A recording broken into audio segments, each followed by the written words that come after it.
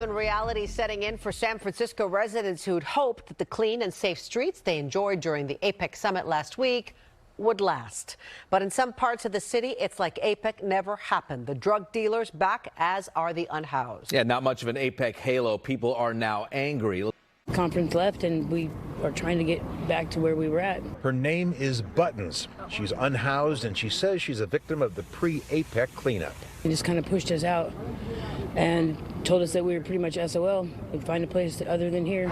She certainly wasn't alone. The state and city combined to make the city look its best for the thousands of visitors and the eyes of the world during APEC. But now that that's all gone, so is that shine, and some say so is that safety. And what they did is they basically moved or pushed all the homeless back up into the Tenderloin or deeper into Soma or up to the Van Ness corridor. Tom Wolf, once unhoused and addicted himself, is a recovery advocate. He posted this one example of the cleanup at Jones and McAllister during the summit, barricades galore. We went back tonight and found 15 or 20 people milling about that very intersection. Wolf says the cleanup shows what can happen when there's strong political will and resources, but to keep it going would take a sustained commitment to law enforcement and drug rehab.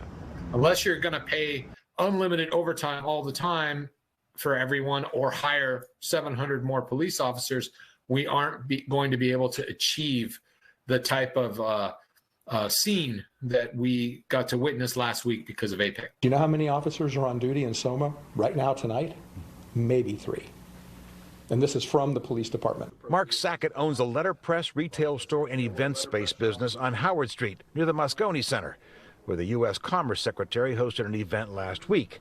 But he says $250,000 worth of events has slipped away because people come to his area of town, look around, and don't think it's safe. They cleared what needed to be cleared. They cleared what was going to be seen, but they didn't clear down here. I mean, we still had all the issues. It was just like, it's like kicking an anthill.